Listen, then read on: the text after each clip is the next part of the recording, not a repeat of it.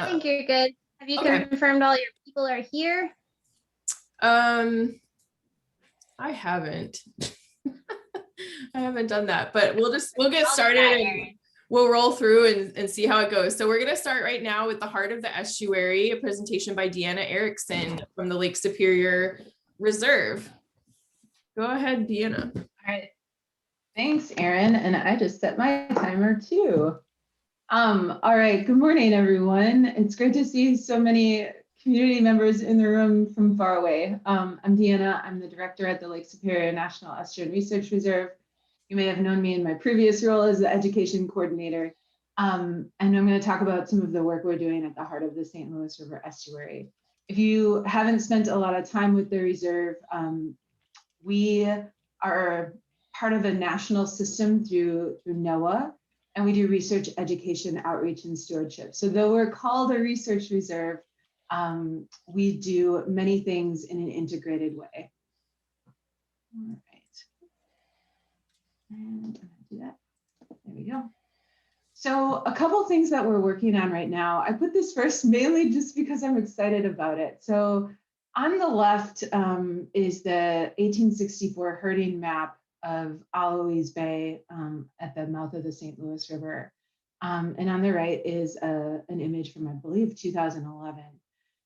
So Alois Bay used to be a really different place. And even in stories that, oral history locally, we know that. And we're working with a huge group of partners led by the Minnesota Land Trust to do a landscape conservation design and Wisconsin DNR at this site. And one of the things we're doing that I think underscores resilience and adaptation is taking that science component and also sharing it with the community. So that's the reserve's role in this project, to try to get to a design for this place that meets multiple needs and includes the humans that live close by. So another thing we're doing right now that's responding to what we see on the St. Louis River, out really literally in the heart of the St. Louis River Estuary, is supporting Monomin restoration through research and lately talking to people about geese. So that seems to be a new part of my job. So we had an excellent freshwater fellow student last year trying to parse apart the difference between water levels and geese in terms of what's really impacting our Monomin restoration here. 54,000 pounds of Monomin seed have been put in the St. Louis River Estuary, and we're just not seeing a lot of success. And spoiler alert, it's the geese. The water level doesn't help, but it really is the geese. So we're working with a whole bunch of partners. I know Matt Stagger's in here right now, and him and I have both been working on this to try to figure out what to do about geese, and it might involve less geese. So that's something we've been helping with. This is Karina's project, and I'm loath to speak about it, but we realized that a need related to fluctuating and high water levels, high right now, but maybe dropping, is remembering visual data, what those water levels, those high water levels look like. So last summer we had 150 photos taken all around the Twin Ports area on the lake and on the estuary both, to record what those high water levels look like, so that when we're making decisions in the future, or for example, to influence Superior's comprehensive plan right now, we can communicate in an effective way what water levels can do on the estuary.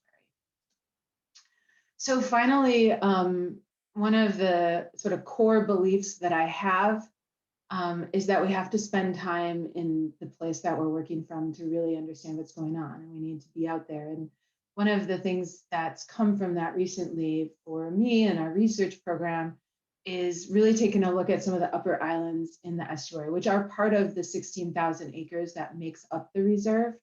1 minute. And realizing that they're covered, thanks Erin, realizing that they're covered with black ash. And so with EAB in the Twin Ports and really starting to impact Clough Island already, the largest island in the estuary, we're gonna work with some folks at DNR to try to respond to this, potentially with understory plantings and understanding the hydrology of those islands better, so we can take care of this really amazing estuary that is at the headwaters of the Great Lakes. Before I leave you, another thing is that our education program has really had to adapt this year, like all educators have. And I'm just, oh, wait, I'll go get my link in a minute, but I'm gonna put a link to our virtual estuarium so you can tour our place without having to visit it. Thanks. Perfect. All right, you squeaked it in. So next we have Jane Anklam from Extension, aspects of sustainable farming in the Superior Basin of Wisconsin. Take it away, Jane.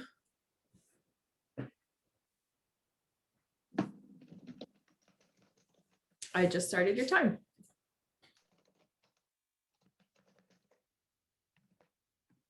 You might be muted. I don't hear you. Oh. All right. First, I wanted to say how great it is to see everyone here. I miss you all, and it's fun to know you're there. And if I could just get my slide to the right place.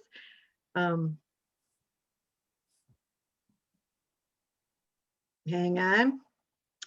Oh my goodness. There we go. Thank you very much, Erin, and for everybody that's here today. I'm with the University of Wisconsin Division of Extension. I work out of our Douglas County office, and I'm the agriculture and horticulture educator. And I'm grateful to be able to work on climate change as part of the university. I'm on one of the teams that's looking at what we need to relearn and think about over the last 10 years since we were on a bit of a pause. And we're connected to the WICDI very tightly, and I'm working with professional development and helping educators and farmers understand the changes of climate change in terms of adaptation, resiliency, and sustainability. And I also want to mention here that I'm going to be talking a little bit about sustainability aspects, but really it's my observations of what sustainability means. And finally, I acknowledge that I'm speaking from and about the ancestral homeland of the Anishinaabe, who have cared for and continue to care for this land and water. And when I talk about sustainability here, agricultural sustainability, it may reflect components of traditional ecological knowledge, but certainly not rooted in sustainability as understood or practiced by the Anishinaabe. So first, I wanted to give you just a little bit of a snapshot on some of the changes in agricultural land in the Superior Basin, or in the counties that edge the Superior Basin. And this is some data from the National Agricultural Statistics Service, USDA. I say that Iron County, these are number of farms. Iron County down by 20%, which is a fair amount. Ashland County up by 14%. Bayfield County up by 14%. These are number of farms. Douglas County down by 10%. In Ashland and Bayfield County, though the number of farms is up, the size of farms is down. The total acres is up slightly, which means there's been some subdivision of some of our land, yet maintaining the acres. In Iron County, the number of farms is down, but the size of farms is up, but there's a total decrease in agricultural land. And in Douglas County, the acres has not changed. However, the size of the farms has gotten larger. So we've lost some of the smaller farms. And the reason I'm sharing this with you is not that it's so striking, except that we have to understand these changes because they impact rural character, how the land is used. And I think in this group, I think about how it affects slow the flow. Does it increase our ability to retain water? Does it decrease, or does it remain the same? Just questions there.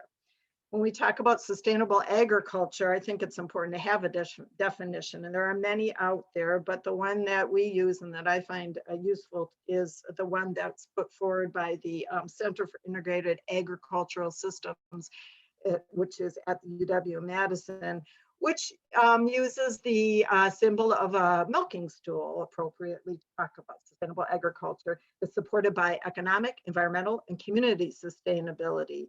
Not just one of those, but all of those. And if one leg is gone, the stool falls over. If one leg is short, the stool isn't safe to sit on. So warning. Yep, that means what you see here on the screen, that everything has to work together. It means sustainable. I point out here that we have native soils that support native vegetation. They always have, and they will continue to do that in the vegetation that we're familiar with. And the picture on the left is on the clay plain. There'd be a Minute few more warning. white not pine sure in what there, you're- but in farming, we're growing domestic vegetation. So we're taking nutrients out of the soil. In order for it to be sustainable, we need to put those back. And that's what farmers have to be aware of. Finally, what do we ask ourselves as farmers? And then at the bottom, you can look, what do we ask ourselves as community members, natural resource professionals, and consumers? Do we understand how agricultural land use affects the basin? And finally, are we very familiar with our comprehensive plans, our farmland preservation plans, our soil and water plans, our township plans? Because those are the direction. Are they supporting each other, or are they conflicting with each other? And that's what I leave you with today. Thank you, Jane. I have loads of questions. So next we have Melanie Kohls to talk about WICDI. If you're ready, Melanie, go ahead.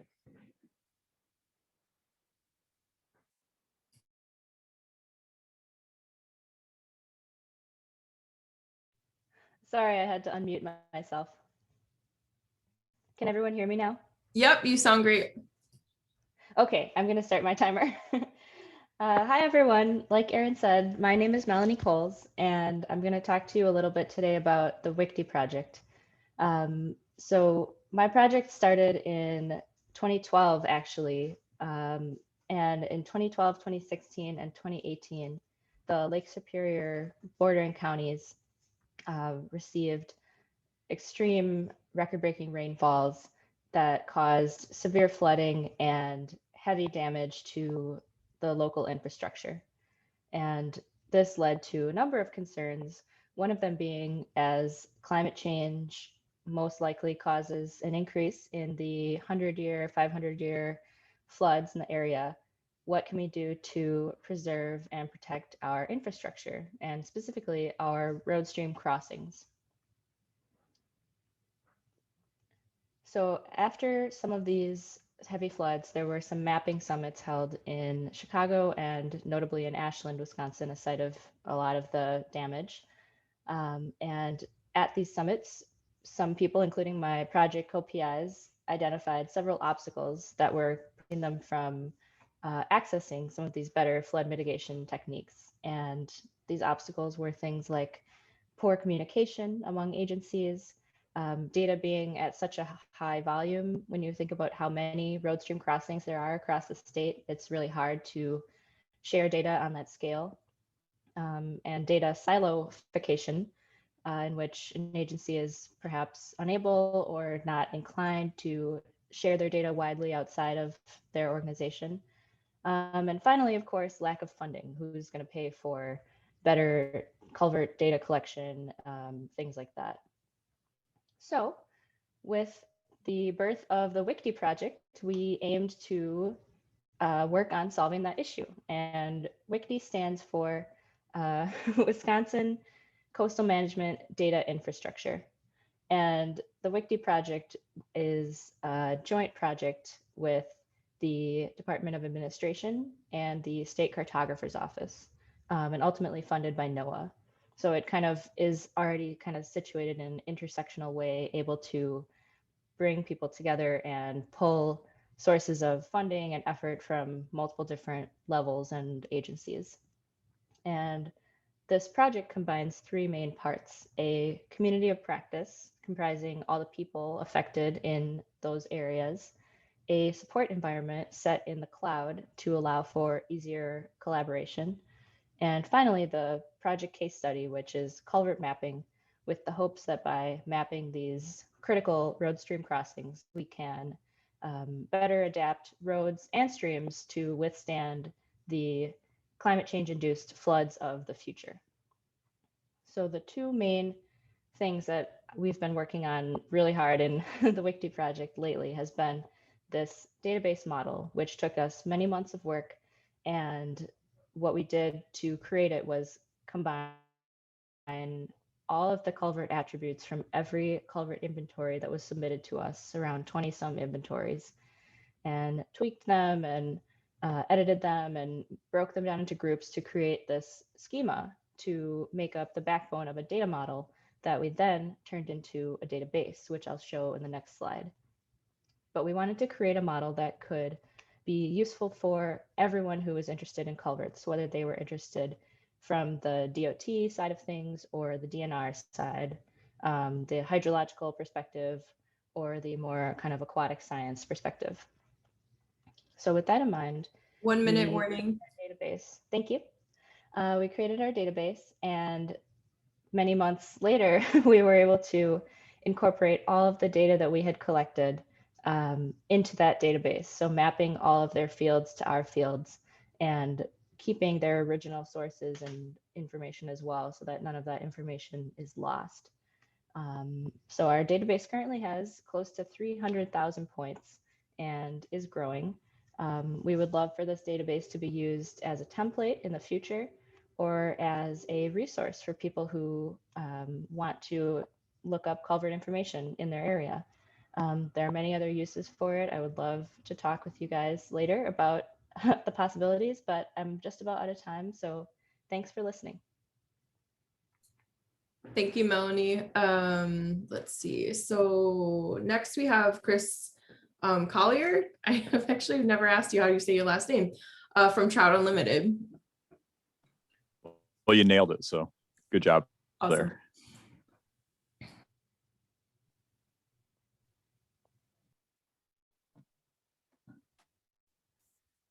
All right. So I'm going to give a quick look at the connections between floods, fish, and road stream crossings and how that all relates to climate change resiliency. And I'm Chris Collier. I'm a project manager for Trout Unlimited, and my work area is Wisconsin's Great Lakes watershed. So I work in Lake Superior watershed and the Northern Lake Michigan watershed.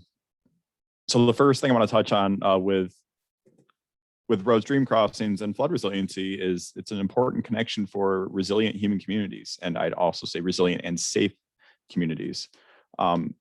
Undersized culverts have an oversized impact on our day-to-day life. Most of those days we don't see anything, but if a flood comes through and that culvert is not equipped to handle that, we see failures like this photo on the left that can cut communities off from resources and prohibit emergency services from being able to reach people in need. So they're becoming a more and more oversized impact as we see increasing precipitation patterns and resulting flood events as an effect of climate change.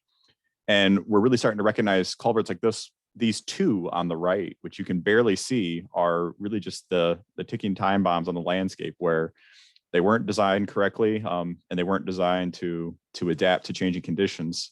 So what we see are these hazards waiting on the landscape that can severely impact our community safety. And it's, not just communities. This is why Trout Unlimited is involved in this. Is in the state of Wisconsin, majority of the 115 fish species move at some point during their life history. And that includes brook trout, which obviously brings TU into the picture, where undersized culverts not only present a flood risk, they also prevent fish from being able to move freely throughout a watershed. Fish passage is you often picture dams, but road stream crossings are more numerous and tend to have a greater impact on fish passability throughout a watershed. So it can prevent species like brook trout from accessing important headwater streams during the hot summer months that they need to survive, but also from accessing spawning habitat that they need to persist and thrive into the future as a population. And it's not just species like northern pike, brook trout, and sturgeon, our charismatic fish that we all see pictures about and have campaigns for. It's the smallest shiners and minnows out there to suckers and species that just require this for functioning ecological communities. And also it's semi-aquatic and even some terrestrial species use road stream crossings as a safer way to get through the landscape rather than crossing roads. Turtles, otter, mink, other amphibians. We even see deer using the larger crossings to avoid crossing the road. And then species that are largely immobile, like mussels, rely on connected habitat to expand their ranges through their breeding, where they actually put their larvae into fish gills to move throughout a system. So a large impact on the health of our aquatic systems.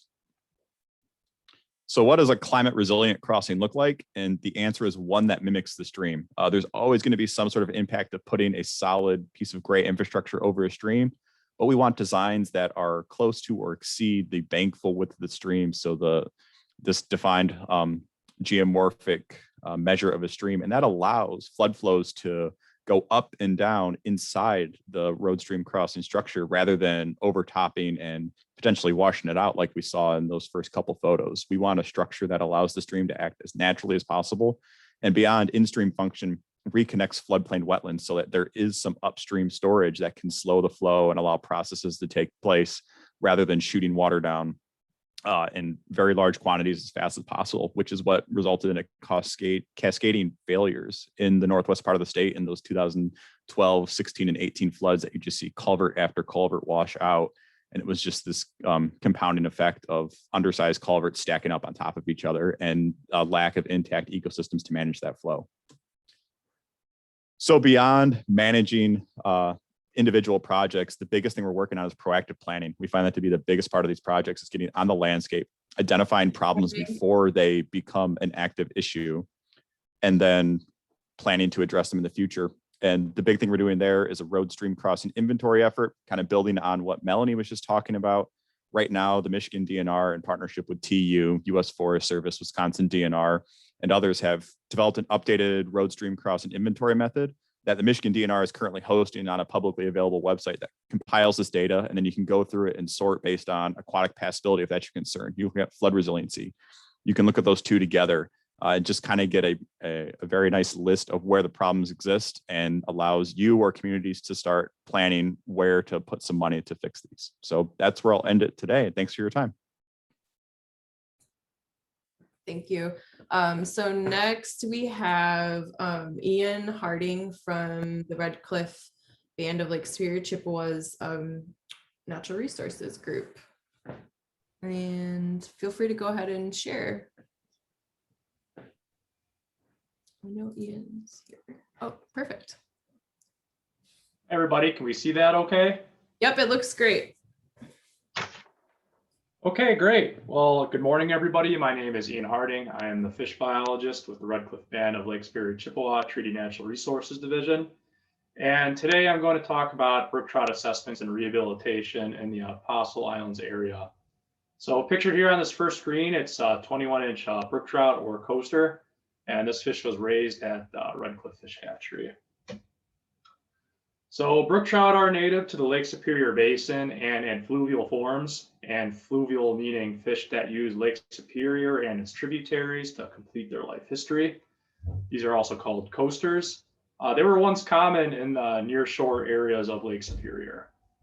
Coasters could reach a larger size than resident stream brook trout, resident meaning brook trout that complete their full life history in streams and don't use lake habitat. And these coasters are probably likely once important source of sustenance for the Anishinaabe people and other people that live near the shores of Lake Superior. Coasters also once supported a popular sport fishery. The map on the left shows streams that once supported coasters on the Bayfield Peninsula, and the image on the right shows a large catch of coasters from a North Shore Lake Superior tributary. The quote is from Robert Roosevelt's book, which was published in 1868, Superior Fishing, and it's referencing the Bayfield area. So reading the quote, in the neighborhood of this village, 250 pounds weight of speckled trout, meaning brook trout, have been killed in one day by one good fisherman and one poor one. Fish of 2 and 3 pounds are common. And I think this quote speaks really well to the historical abundance and size of these fish that were once in this area, but it also doesn't leave one much to wonder. One of the reasons they went away, that's an excessive amount of harvest and habitat degradation by logging and other practices too, ultimately helped contribute to their decline. So luckily not all populations of these lake dwelling or coastal brook trout have been lost from Lake Superior. The map on the left was made in 2003, and it's a map showing existing remnant populations. One takeaway from this map is if you look at where the Bayfield Peninsula is, just please note that's not listed because there's no longer a population there, or at least a self-sustaining one at that. And a lake-wide rehabilitation plan for brook trout was published in 2003, and several agencies around the lake, including Red Cliff, dedicated resources towards implementing components of this plan. So here at Red Cliff, we're trying to use an adaptive data-driven approach to rehabilitating self-sustaining populations of coasters in the Apostle Islands area. We raise and stock about 50,000 yearling fish near Red Cliff, Wisconsin each year. We experiment with stocking strains, stocking life stages, stocking techniques. We also conduct annual springtime assessments to assess the relative abundance, distribution, and demographic information. The map shown shows the areas that we do this assessment along the Bayfield Peninsula. And the figure just shows catches from this assessment since 2015. So our catch data is least encouraging. We are detecting more fish in the years we're going out and doing the survey. But to put it in perspective, the catch rates, if you were to divide this by the number of kilometers actually sampled, it's about 6 to 10 times less of what we're seeing from other areas of the lake that we consider to have recovered populations. And we also have done some habitat improvement projects. So we just heard a talk about stream passage and the importance of that. Some of the cold water tributaries on the Red Cliff Reservation, we've done some stream restoration projects like shown in the image on the lower left, Chicago Creek, putting in a fish ladder, just trying to improve fish passage through those structures.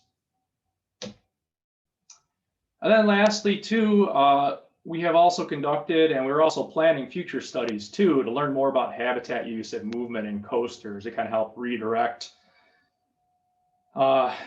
management in the future for these fish.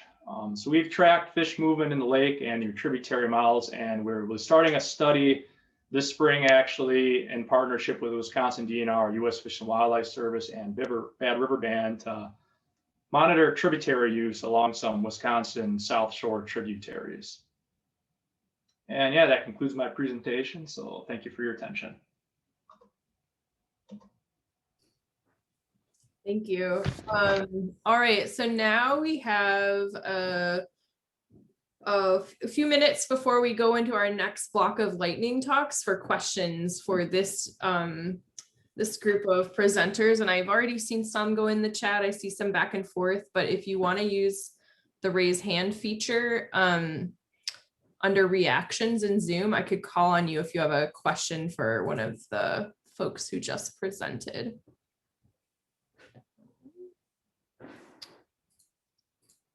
No, not seeing any raised hands. I had a question for you, Jane, about the land ownership change. Is that due to retirement or property ownership changes where new owners are just not using the land to farm? Or I noticed the decrease on the sort of the tail ends of the watershed, Iron and Douglas counties. Yeah, that's a fantastic question. And then there's a lot of people that can probably answer that, including some of our social scientists out there. I mean, I think one thing I do get to work with on the one side is transfer of property between families or for people that retiring from farming. And this doesn't really answer your question, but the bigger picture is that there's a seems to be a fairly large gap between farmland and preparation for retirement, and how they can make that transfer to either keep it in farmland or move it to another land use that they would prefer. There's a fair amount of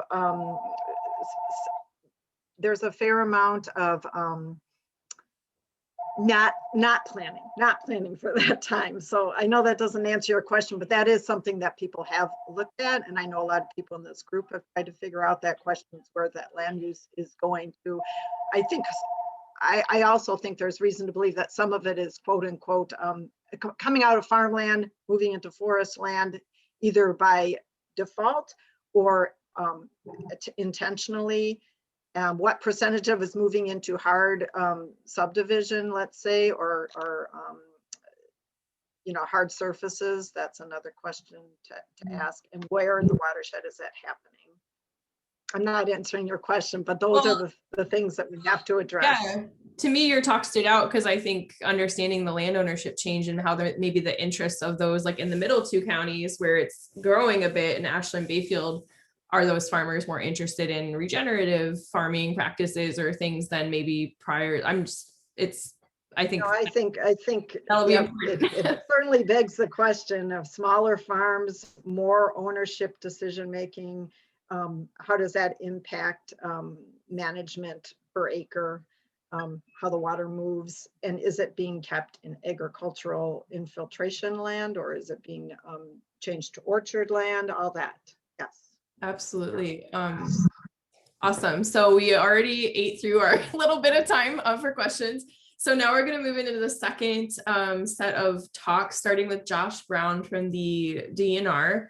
And I see you are here. So feel free to go ahead and I'll start your timer. Okay, thank you very much. Please let me know if you have any problems hearing me or Sound good. seeing my presentation. Thanks. Well, again, thank you, Erin. My name is Josh Brown. I'm the ILF Program Coordinator with the Wisconsin DNR. And today I'll be talking about the Wisconsin Wetland Conservation Trust, in-lieu fee wetland mitigation in the Superior Basin. And first, just a quick note on names. Our program is called the Wisconsin Wetland Conservation Trust. It's a form of in-lieu fee or ILF wetland mitigation. There are many ILF programs across the country, and Wisconsin's ILF program is named the WWCT. First, I just want to give a very brief overview of our program and how we operate. First, state and federal law requires that certain unavoidable impacts be mitigated or require mitigation. And in Wisconsin, the first option for wetland mitigation is to buy mitigation credits from a private mitigation bank. A mitigation credit is roughly 1 acre of wetland fill. It's a unit of wetland mitigation. But in certain parts of the state where private bank credits are not available, then a developer or someone who needs a wetland permit will buy credits from our WWCT program. So here, first step, a developer pays into our program, they receive credits, and then after they purchase those credits, they're then permitted to complete their wetland fill in order to complete their development project. And then we take the fees generated from those credit sales and fund wetland restoration projects. And that's primarily what I'll be talking about with you today. And so typical projects are drained farm fields. We complete a hydrologic and vegetative restoration. And then with that restoration you see down here, that offsets the permitted fill that was allowed back here. And so in all of our projects, our restorations, we're always looking to find the best projects, not only for wetlands, but for overall watershed health. And so that's what I've reached out to many of you, I think, to date, but looking forward to talking to you more about what those projects look like, specifically in the Superior Basin. And now just want to touch on a couple of the projects we have in the Superior Basin. This first one is our Froney Road project. It's located in western Bayfield County. It's a 39-acre former hayfield. And you can see here, okay, I guess there's a network of shallow ditches and swales throughout the site. And for our restoration, we filled and plugged many of those ditches to help keep water on site, reduce runoff, improve water quality, and flood attenuation. And then we also completed a primarily shrub and conifer planting with some areas of sedge meadow as well. And we partnered with a consultant on the project, KCI, located in La Crosse.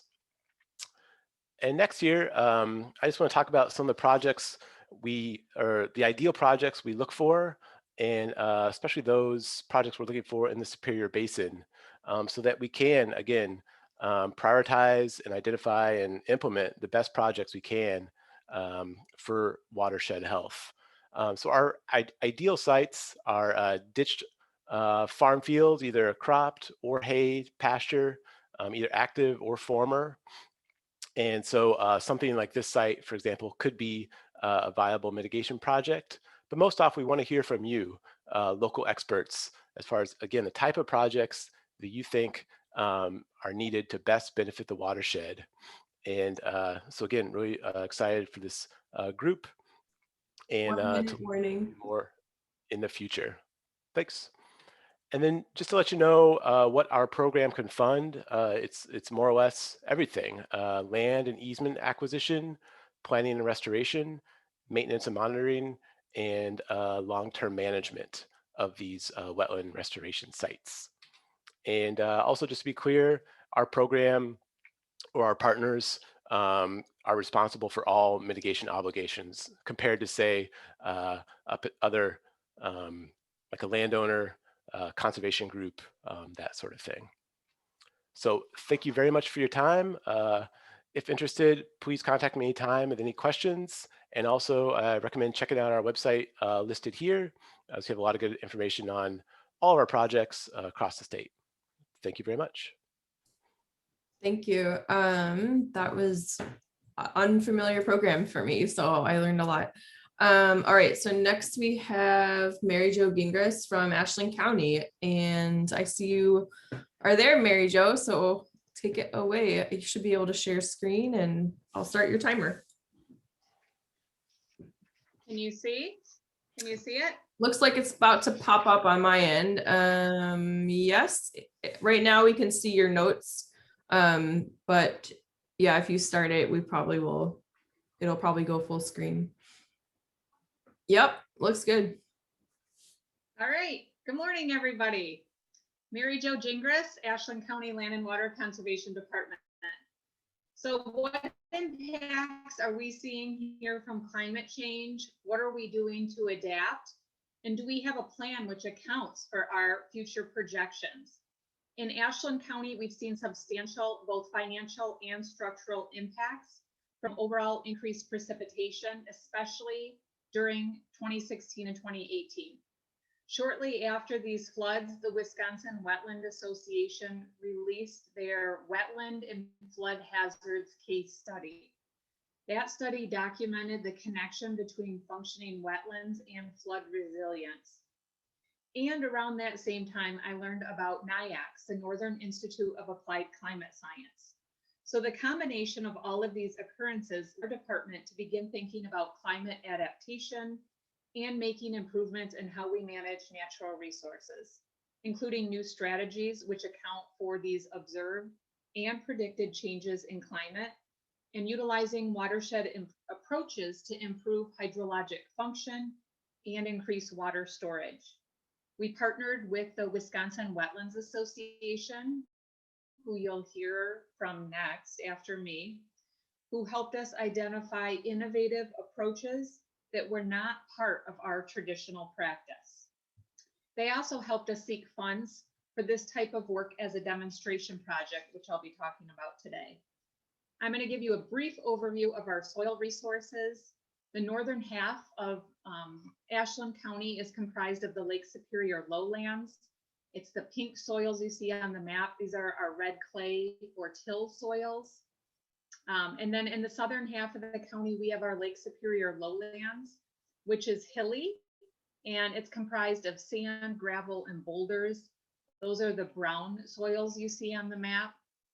And in between the red are the rock outcrops. So if you're familiar with Copper Falls, that's where that is. Here's the Marengo River watershed. The transition between the clay soils in the northern half of the watershed and the sand soils in the southern half is a very challenging area for resource managers. It's known as the transition zone. This is also where we had substantial flooding in 2016 and 2018. Madeline did a great job of describing WICDI for me. So WICDI assessed the potential climate impacts on specific regions in Wisconsin, and they found that some anticipated impacts may severely affect Ashland County. With that in mind, in 2019, my land and water plan, resource management plan was due for revision. So our advisory committee decided they wanted to include adaptation strategies into our work. We worked with NIACS, the Northern Institute of Applied Climate Science, who summarized both observed and projected climate changes across northern Wisconsin and Michigan. Recent changes and predictions are noted on the right-hand side of this slide. These are for Ashland County, and some predictions include increased precipitation of an additional 1 to 3 inches in the next 80 years. They also found that the number of days that we are predicted to see of 4 inches or more of rainfall events are expected to double. And Natalie showed this map today as well. NIAX has compiled widely accepted climate research, and they've developed tools for ag producers, land managers, and educators to incorporate climate strategies into farm and conservation plans. And we did just that. A quarter of our 2020 to 2029 land and water resource management work plan now includes NIAX's adaptation strategies. 1 minute. You can see some of those on this slide. Some of these strategies focus on landscape and watershed scale projects. They minimize impacts by reducing peak flows and increasing water storage capacity. And they aim at restoring hydrologic function to build resiliency. In 2019, the Wisconsin Wetlands Association was successful in approval of a bipartisan bill, Act 157, which allocated $150,000 to Ashland County. We had great support for the bill from Senator Bewley and Representative Myers. This project will allow us to design and implement a suite of techniques here in Ashland, which increase water storage capacity, reconnect stream floodplains, and restore wetland function. This slow the flow application has been implemented in the Lake Superior Basin for several decades, but now we are coupling that with climate science and looking to implement it on a watershed scale to better adapt to variable climate conditions and to yield a greater conservation impact for resource management. The outcomes of this project will be presented in a report to the Wisconsin Department of Emergency Management, and they'll include project planning considerations, our engineering designs, permitting barriers, and program funding recommendations, and that report will be due in 2023. I'm assuming Kyle's going to be showing this map. Okay, thank you. Sorry. I know That's Kyle's good. going next, so we'll hear a little bit more about it. Go ahead, Kyle. You're up. done.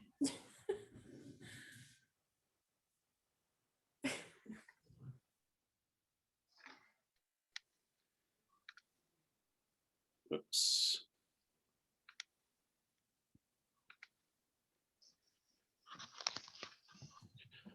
All right, thank you all. I'm going to be talking about more of the assessment that's been going into a lot of the work that MaryJo just talked about. So as MaryJo said, we developed a case study. I have a link to an article at the end where you can find then a link to that report. But as everyone's really laid out, this region has been hard hit by storms, and there's been a lot of challenges dealing with FEMA and looking forward in terms of making sure that we're designing our road stream crossings in a way and thinking about the entire hydrologic system and the degradations that are causing the flashier flows and the vulnerabilities to exist. So I'm going to be talking again specifically on the management solutions in the Marengo River watershed. Just a quick description of natural flood management. It really builds off a lot of the work of Michelle Wheeler in the Slow the Flow white paper and looking at ways to implement hydrologic restoration. So very much an offshoot of the Slow the Flow strategy. But in the simplest definition is to rebuild the landscape's natural capacity to store and manage water to reduce risk. So that means mitigating the erosive energy of runoff. So not focusing solely on wetlands as storage, but what are the ways that gullies and ravines are accelerating the movement of water or causing sediment and debris issues. Looking at opportunities to reconnect channels, floodplains, and wetlands to make sure that they're resilient and able to cope with these catastrophic rain events that we're seeing. And really striving to implement a process-based restoration approach So working with and mimicking natural processes to recover self-sustaining conditions.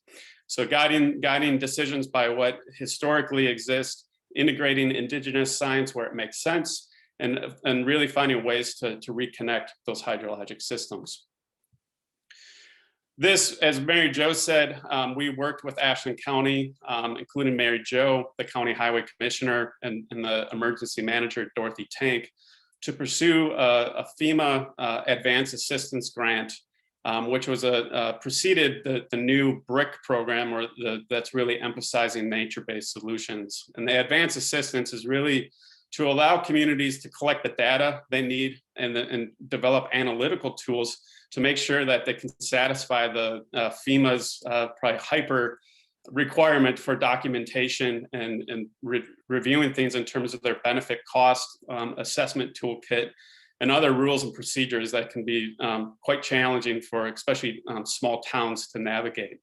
So we're working with a lot of the culvert inventory methods that have already been mentioned, WICDI and the Great Lakes road stream crossing inventory method that Chris talked about. But adding to that the hydrologic assessment component and looking at fluvial erosion hazards. So right now we've mapped a lot of the repetitive loss locations in the Marengo River watershed, those that have repeatedly damaged at least twice, and more. A lot of these have actually, in reality, been damaged much more than that. Looking at the influence of gully and ravine erosion. So you'll see the stars at the map below show two focal areas. So the overlap of the transition zone on those paleo lake shores, so glacial Lake Duluth, and some of the ravine soils that are just naturally unstable and cause a lot of sedimentation and erosion.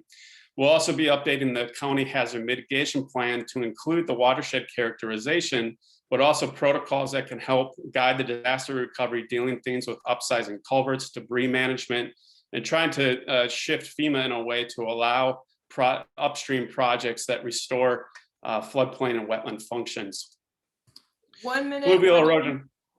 Fluvial erosion hazards is mitigating the erosion-induced drainage. So looking at the head cuts, incision, and gullying, so to characterize those erosional features and their relationship to wetlands and how they're causing the loss of storage and disconnected floodplains, and really focusing on headwater channels, because that's really where a lot of the water is in our drainage network. The FEH method will be basically identifying those areas at risk, especially those headwater wetlands, and where hydrologic processes are disrupted using remote sensing, geomorphic assessment, and time-lapse hydrography. There's a lot of partners, many of you in the room, working on developing these methods. And there's a lot on this screen here, but where we're at right now is the top of that screen, taking an interdisciplinary approach, looking at hydrologic, geomorphic, and socioeconomic factors, and utilizing some of the socioeconomic tools that like the Northwest Regional Planning Commission is developing to look at emergency management considerations, the consequences of failure, the cascade effects, and having an ability to do that network analysis. And really, again, focusing in on the headwater conditions.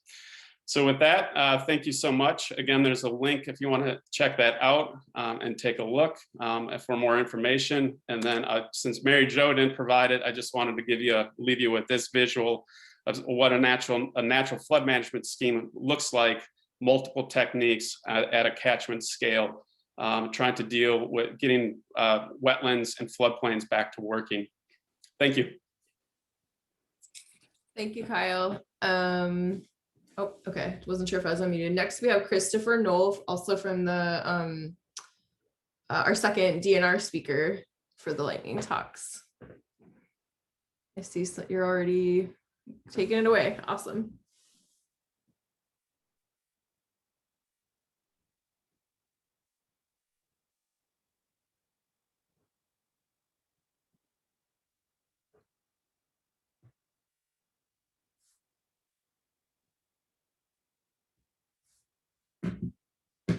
Can't hear anything yet, but oh, slides are up. Perfect. Oh, sorry, it's that double mute button. Hey, thank you. Yeah, so I'm Chris Knoll. I wear a few different hats at the Wisconsin DNR, but mainly work on wetland mapping and also with Josh Brown in the In-lieu fee program. All right, so I want to give you just a download on a a new watershed of map data. I know there's a lot of Huck 12 watersheds in Lake Superior Basin, but we're starting to remap using all new methods that we've developed at the DNR over the last several years.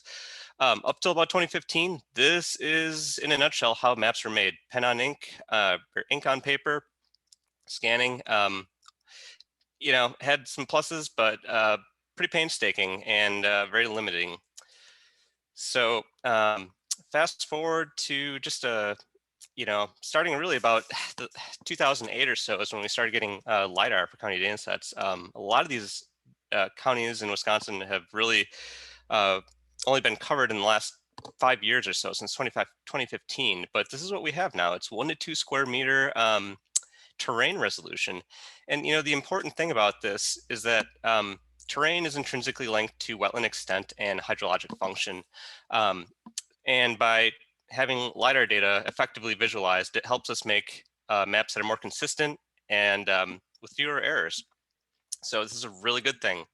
I want to give you an outline here. If you have worked with wetland maps in the last few years, this is what you would find for the Wisconsin Wetland Inventory in the Upper Tyler Forks watershed. We've mapped out, according to those pen on paper methods, we mapped 4,826 acres of wetlands. And then we've got over 1,174 of these point symbols. These were wetlands that were literally too small for the delineator to draw a little ink circle around.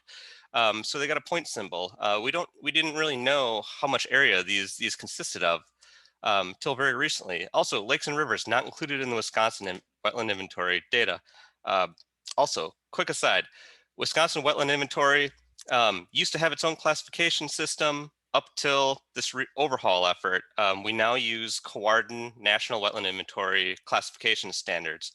So if you get those two mixed up, just know that NWI is a Fish and Wildlife Service program. Wisconsin Wetland Inventory is a DNR program, but we do share that data with NWI. Speaking of NWI, again, this is what you would find if you were to download the Wisconsin NWI Geodatabase. What they did is they make a little bit of a mashup. So lakes and rivers get burned in. So surface waters are included. And then all those point symbols got buffered to 0.1 acre. Sort of a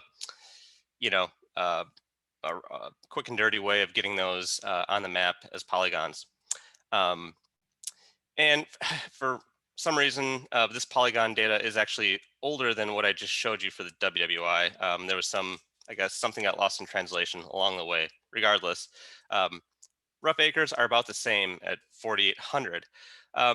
And I apologize if this is hard to see, but this is what our most recent mapping effort in the Upper Tyler Forks looks like. We have 6,243 acres of mapped wetland and surface water now using NWI Coarden attribution. This is a 1,300 acre increase, which really, I think, shows how limiting and how inaccurate a lot of our existing maps are. Those maps were not made using LiDAR. This was made using LiDAR, which I'll show you in another slide or two. Works out to a 25% increase in mapped wetland area. A whole 10% of this 13,000 acre watershed was unmapped wetland until very recently. Close-up look, this is the previous WWI data. You can see those point symbols and the polygons. This is what the new data looks like. Just kind of toggle back and forth 1 or 2 times to you can get a sense. Boundaries are more accurate. All those points have been delineated where appropriate. We're really looking at an order of magnitude improved, better wetland mapping data. And sorry, I glossed over the LiDAR view, but you can go online and get our SOP if you want to see how it's done. And you can download the new data. Go to the DNR website for the Wisconsin Wetland Inventory. Please let us know what you think, and I'll leave it there. Thank you very much. Thank you. I'm building up a list of questions. We're kind of eating into our question time with the last lightning talk from Melanie Perello with the Minnesota DNR. So I encourage you all to take advantage of the chat if you have questions for our presenters. All right, let's see. Can you see my presentation? Yep, and just the slide looks great. Okay, perfect. So today I'm going to talk to you about making sense of the chaos. Unfortunately, this is not about the chaos that we've all experienced over the last year. We're talking about coastal hazards today. And I should introduce myself. I'm Melanie Perello. I'm a NOAA Coastal Management Fellow working in Minnesota's Lake Superior Coastal Program. You may be wondering why Minnesota is here. That's because we've been working collaboratively across our state border with Wisconsin folks. So everything I'm talking about today is relevant for you guys too. So throughout the Lake Superior Basin, we've been dealing with a lot of coastal hazards in recent years, and they're impacting our communities. And this is a survey results from evaluating some of our members in our group. You know, lakeshore flooding, shoreline erosion, lake level fluctuation, so that high water levels, infrastructure vulnerability, all of those are really big concerns. And we wanted to help support that. So a group of us got together. We have support not just from the Minnesota Coastal Program, but Wisconsin's Coastal Program, Minnesota and Wisconsin Sea Grants, the Lake Superior Reserve, and NOAA's Office for Coastal Management to start CHAOS, or the Coastal Hazards of Superior. It's a community of practice around sharing knowledge and resources about those natural hazards that are affecting our Lake Superior coastal communities. Now, CHAOS membership is open to just anyone who has any interest in coastal hazards. So maybe you're a property owner, a local government, a tribal government, state agency staff, federal agency staff. You're welcome to join us. And right now we do have pretty good representation from all of those different groups. And this is just a quick little map that one of our colleagues made over Minnesota Sea Grant, just showing that we have a lot of folks from Minnesota and Wisconsin joining, and not just restricted to Lake Superior. We have people from Lake Michigan and even Lake Erie who've been attending our meetings. So what does CHAOS do? Well, we have a big focus on events. Primarily, we have quarterly meetings that are about sharing information, similar to what this symposium does today. We also produce other webinars.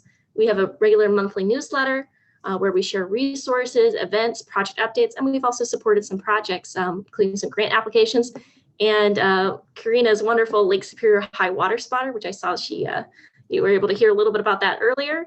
And we've been able to share really useful information about water levels, shoreline protection, new hazard mitigation funding like BRIC. And frankly, we're open to anything that can benefit our communities and their stakeholders. So what's coming up next for CHAOS? We have a meeting coming up on April 15th, around 10 to 11:30 a.m. We're gonna have a panel, including coastal engineer and regulatory experts from Minnesota and Wisconsin DNR, talking to you about shoreline projects. We're going to introduce the new Great Lakes Coastal Adaptation menu and have some time so that you can meet other people with similar interests. Just a pitch, if you have a project or resource that you want to share, you want to get out there, we are always looking for potential speakers. And again, membership is open to anyone. I'm going to throw in the chat my email and the link to register for our next meeting. And hopefully that'll help give us some time for some questions. Thank you, Melanie. I asked Melanie to give a lightning talk. Ooh, this is weird. I see myself. Not what I wanted to see. I asked Melanie to come because I think CHAOS is a really good resource for a lot of different people. So many of us in the room may, this could be a place you refer folks to if they are interested in sharing a project, even if hazards aren't in your direct line of work, even if it could be property owners are part of CHAOS, like you said, Melanie. So just getting oriented here. We're almost scheduled for a break and I see a lot of chat action. So I think what I'll do is we'll still take our break, maybe shorten it just to 3 minutes and have a few minutes for questions right now. So use the raise hand feature if you can. It's under reactions. If you have questions for, I will say just any of our lightning talk speakers. And thanks for using the chat. Let's see. Not seeing. Oh, Cindy, hand up. Do you have a question, Cindy? Do you want to come off mute? Or maybe that's up from before.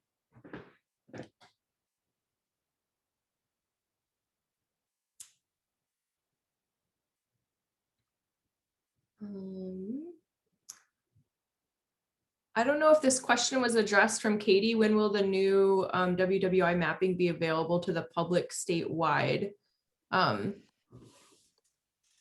thanks, Aaron. I was just typing out an answer to that, but Okay. it actually, you can download the new provisional WWI data from our wetland mapping website. So it's a zipped geodatabase.